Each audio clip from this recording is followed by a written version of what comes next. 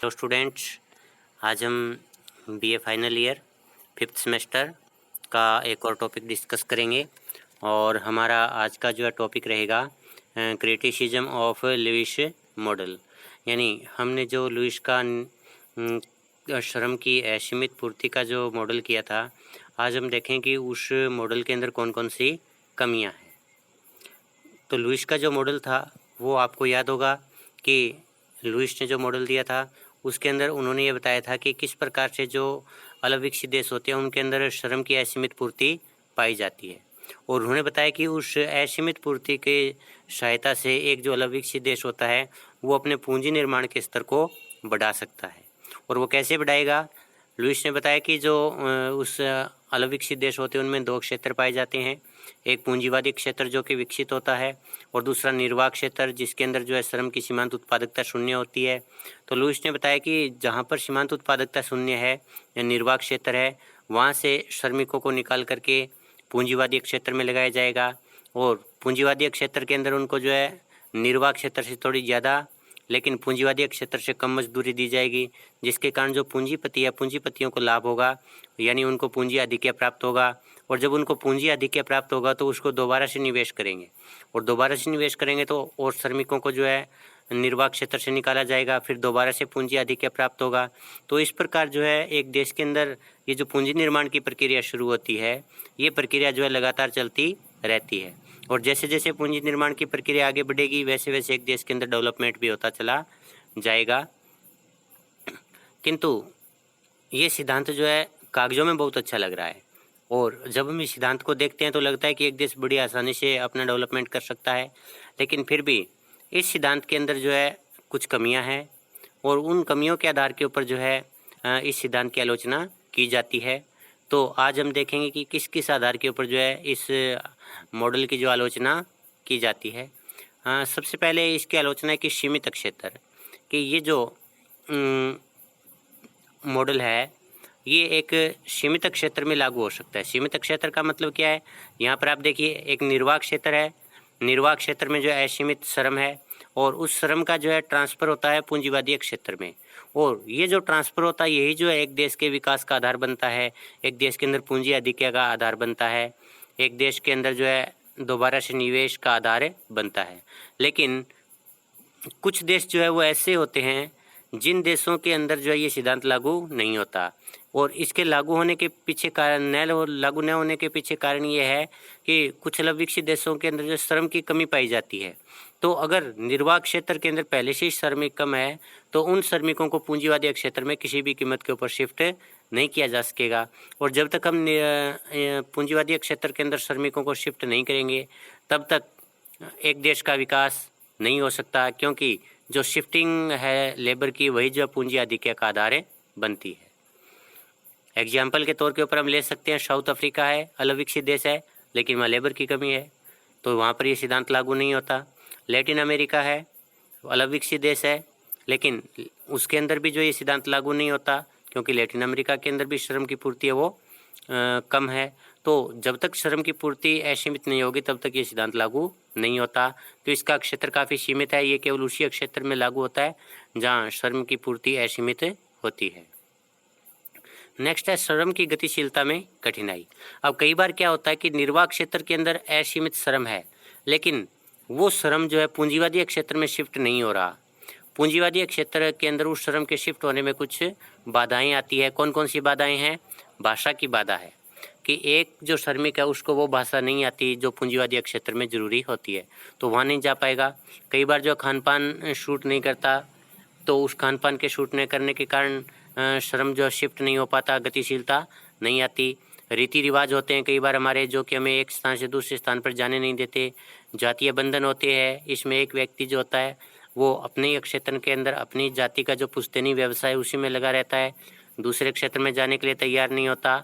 इसी प्रकार धार्मिक बाधाएं हैं, वो भी पूंजी की श्रम की गतिशीलता में बाधा पैदा करती है। उत्साह की कमी, लगाव, कई बार एक व्यक्ति को अपने जगह से लगाव होता है, अपने घर से लगाव होता है, उसके कारण वो अपनी जगह और घर को छोड़ करके दूसरे क्षेत्र में जाना नहीं चाहता। तो इस प्रकार श्रम की जो गतिशीलता है उसमें कठिनाई की वजह से जो है ये सिद्धांत लागू नहीं होता, क्योंकि इस सिद्धांत का आधार ही यही है कि श्रम जो निर्वाह क्षेत्र से निकलेगा और पूंजीवादी क्षेत्र में जाएगा। और अगर ये किसी भी वजह से नहीं जा पाता है तो इसके कारण जो है ये सिद्धांत लागू नहीं होता। नेक्स्ट है स्थिर निर्वाह मजदूरी संभव नहीं। अब जो लुईस था, लुईस ने क्या कहा था कि निर्वाह जो क्षेत्र होता है, निर्वाह क्षेत्र के अंदर जो मजदूरी है वो निर्वाह स्तर पर जाकर के स्थिर हो जाती है। और ये जो स्थिर मजदूरी है, इस स्थिर मजदूरी के ऊपर श्रम की पूर्ति असीमित होती है। और इस श्रम की जो असीमित पूर्ति है या स्थिर मजदूरी है, उससे थोड़ी सी अधिक मजदूरी दे करके असीमित मात्रा के अंदर जो है लेबर को पूंजीवादी क्षेत्र में लाया जा सकता है। और जहाँ जब लाया जाएगा तो वहाँ पर पूंजी आधिक्य वो पैदा होगा। यानी कुछ मजदूर जो है वो वहाँ कम मजदूरी होने के कारण थोड़ी सी अधिक मजदूरी मिलने पर पूंजीवादी क्षेत्र में काम करने के लिए तैयार हो जाते हैं।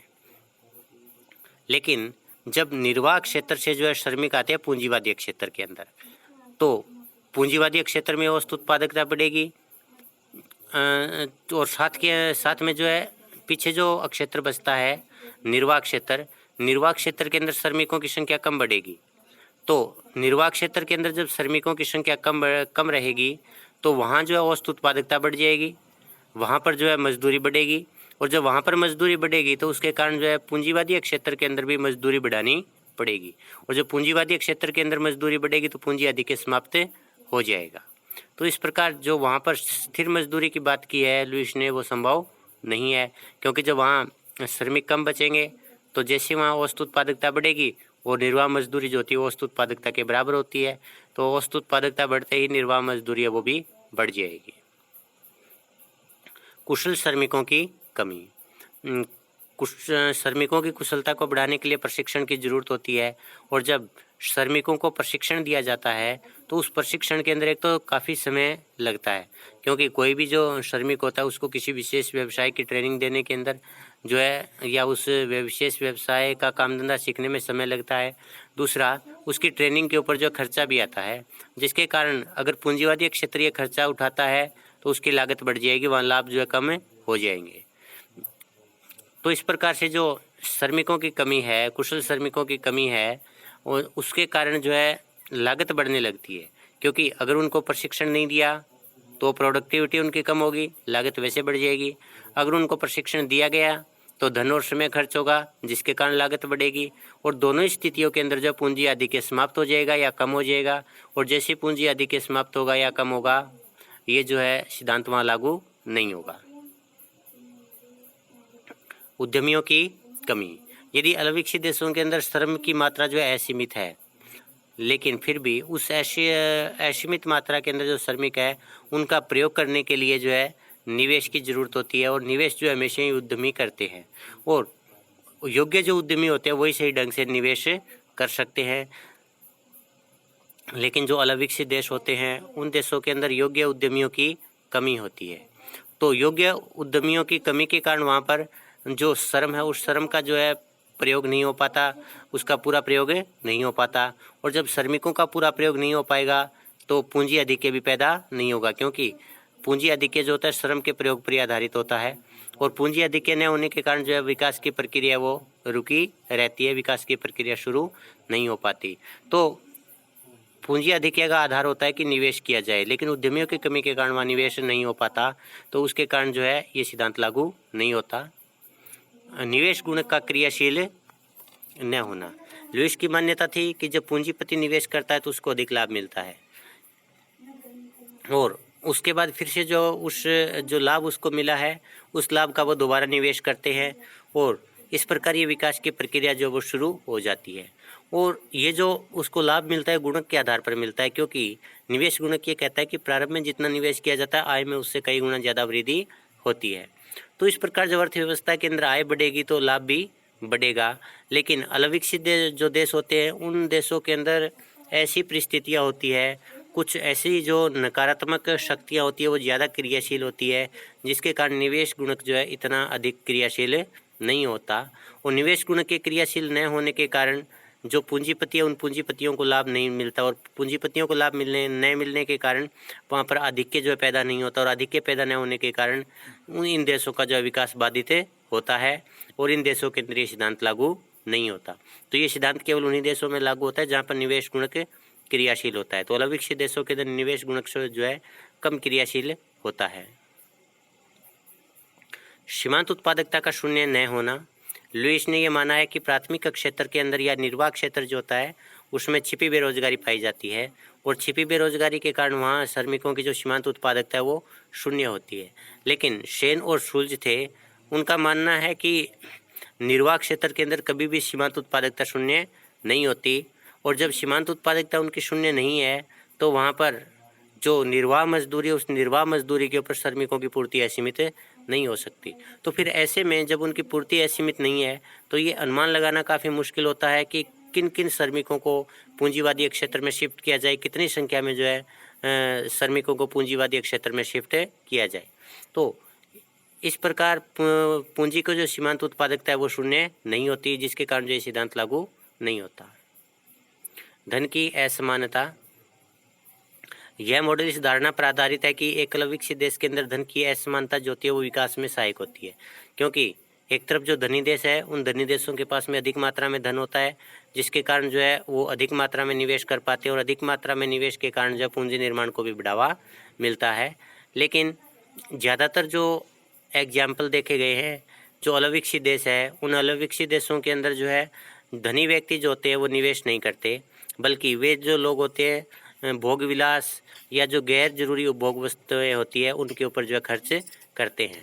तो इस प्रकार कुजनेट्स का यह मानना है कि अलविकसित जो देश होते हैं उनके अंदर धन की असमानता जो होती है विकास में सहायक नहीं होती, बल्कि विकास में बाधक होती है, क्योंकि वहाँ पर बचत नहीं हो पाती, और बचत ना होने के कारण जो है वहाँ पर निवेश भी नहीं हो पाता। आगे मुद्रास्फीति शवनाशक नहीं होती। लुईस ने माना था कि शुरू के अंदर जब पूंजीवादी क्षेत्र में निवेश किया जाएगा तो लोगों की आय तुरंत बढ़ जाएगी, लेकिन वस्तुओं और सेवाओं का उत्पादन तुरंत नहीं बढ़ पाएगा, जिसके कारण जो है मांग बढ़ने के कारण कीमतें बढ़ेंगी, और कीमतें बढ़ने से जो है मुद्रास्फीति आएगी। लेकिन बाद के अंदर जो है धीरे धीरे जो है कहा था कि उत्पादन बढ़ने लगेगा, और उत्पादन बढ़ने लगेगा तो अपने आप कीमतें कम होने लगेंगी। लेकिन जब हम अलविकसित देशों का इतिहास देखते हैं तो हमें ये देखने को मिलता है कि जब जब मुद्रास्फीति पैदा हुई अलविकसित देशों के अंदर तो उसने कभी भी शवनाशक का रूप धारण नहीं किया है, यानी अपने आप मुद्रास्फीति समाप्त नहीं हुई है, बल्कि ये नियंत्रण से बाहर हुई है। सरकार को बहुत अधिक प्रयास करने पड़े हैं मुद्रास्फीति को नियंत्रित करने के लिए। तो इस सिद्धांत की ये मान्यता है वो भी गलत है। कुल मांग की अवहेलना। इस सिद्धांत की इस आधार पर भी आलोचना की जाती है कि इसमें ये मान लिया गया है कि पूंजीवादी क्षेत्र में जितना भी प्रोडक्शन किया जाएगा उस प्रोडक्शन का कुछ भाग तो जब पूंजीवादी क्षेत्र द्वारा ही प्रयोग कर लिया जाएगा, और जो बाकी भाग बचेगा उस भाग का जो निर्यात कर दिया जाएगा। लेकिन ये बात सत्य है कि पूंजीवादी क्षेत्र जो प्रोडक्शन करता है सारा का सारा उसी क्षेत्र के द्वारा उपभोग नहीं किया जाता, बल्कि उसका जो एक भाग जो होता है निर्वाह क्षेत्र के द्वारा भी प्रयोग किया जाता है। और जब निर्वाह क्षेत्र के अंदर मांग में कभी भी कमी आएगी तो उसके कारण कुल मांग में कमी आ जाएगी, और कुल मांग में कमी आने के कारण कुछ उत्पादन जो है बिना बिका रहेगा। तो जब कुल उत्पादन बिना बिका रहेगा तो उसके बाद जो है आगे से जो है श्रमिकों को निर्वाह क्षेत्र से पूंजीवादी क्षेत्र में लाया नहीं जाएगा, क्योंकि पहले वाला प्रोडक्शन नहीं बिक रहा तो नए श्रमिकों को काम पर लगाने का सवाल ही पैदा नहीं होगा। तो इस प्रकार जब कुल मांग के अंदर कमी होगी तो कुल मांग में कमी होने के कारण जो ये जो विकास की प्रक्रिया ये समाप्त हो जाएगी। तो इस सिद्धांत के अंदर कुल मांग की जो है पूरी तरह से व्याख्या नहीं की गई है, इसमें निर्वाह क्षेत्र का पूरी तरह से जो है इग्नोर किया गया है। आगे पूंजीवादी क्षेत्र ही एकमात्र बचत नहीं करता। यह सिद्धांत इस धारणा पर आधारित है कि अर्थव्यवस्था के अंदर जो बचत का एकमात्र क्षेत्र वो पूंजीवादी क्षेत्र ही है, यानी केवल पूंजीवादी क्षेत्र वही बचत करता है। लेकिन ये बात बिल्कुल सत्य नहीं है। अगर हम गरीब से गरीब पिछड़े से पिछड़े देश के अंदर देखें तो वहाँ पर भी जो निर्वाह क्षेत्र होता है वो कुछ न कुछ बचत अवश्य करता है। इसी प्रकार से सार्वजनिक क्षेत्र के द्वारा भी बचत की जाती है। तो ये जो निर्वाह क्षेत्र की बचत है, जो सार्वजनिक क्षेत्र की बचत है, वो बचत भी विकास के अंदर सहायक हो सकती है। तो पूंजीवादी क्षेत्र वही एकमात्र जो विकास का जरिया नहीं है, निर्वाह क्षेत्र है और जो सार्वजनिक क्षेत्र है वो भी बचत कर सकते हैं।